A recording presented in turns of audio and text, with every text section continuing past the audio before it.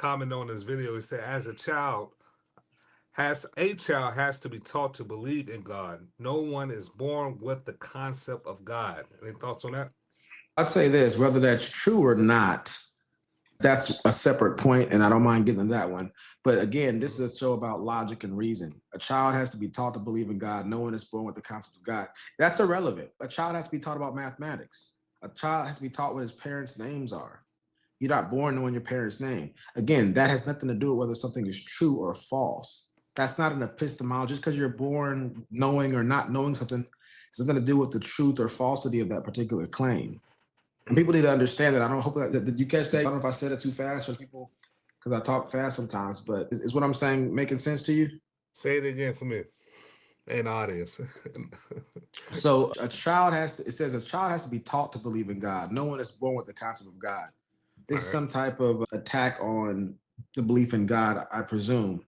And I mentioned I can go about this two different ways, whether or not children understand God without being taught about God, right? That's one question.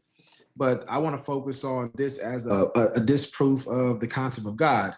And what I would say to that is that just because a child is not born knowing something doesn't mean that which they do not know is false. So I gave the example of mathematics, algebra. Are babies born knowing algebra? Okay. No. Does that make algebra false? Does that make the concept, to kind of use the exact wording, does that make the concept of algebra false?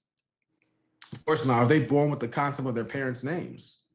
Were you and I born knowing our parents' names? No, but that doesn't mean that our parents' names are false, or that's not our parents' names. Just because you're born or not born. The first name was Mama and Dada. That was the first name. First names. Interesting thing, you ever heard the Chuck Norris? It says that Chuck Norris was born in a log cabin that he built with his own hands.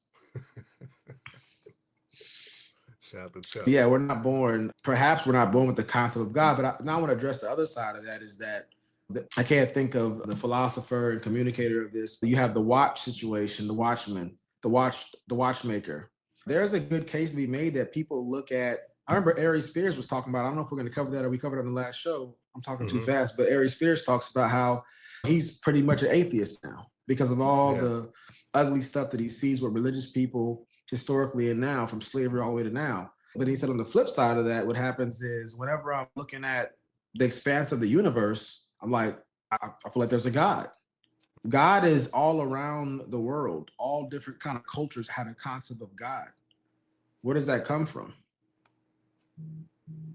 Yeah.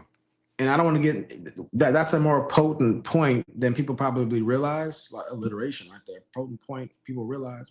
But yeah, so people may not really understand the potency of that all the way, but you got to explain how almost every single civilization that has ever lived has had some kind of concept of God. Were they all at the same school? No, they all lived at different points in history, spoke different languages. So there is something universal and absolute about the concept of God. Now, the other point about that is that a lot of people, when they look at the universe and stuff, so I guess I'll just say the age-old apologetic about the proof of God, which is the watchmaker.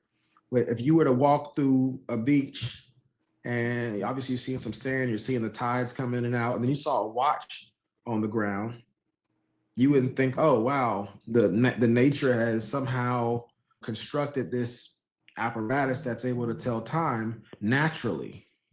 Nobody would think that. They would be like, somebody designed this.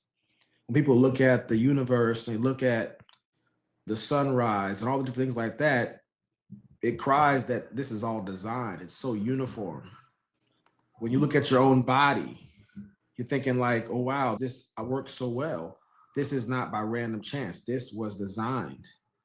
So there's a good case to be made that way. But you can take it either way. But the thing is, it's not a good point. My point is that comment, although it may be common sense to some people, is not a good point. Okay. So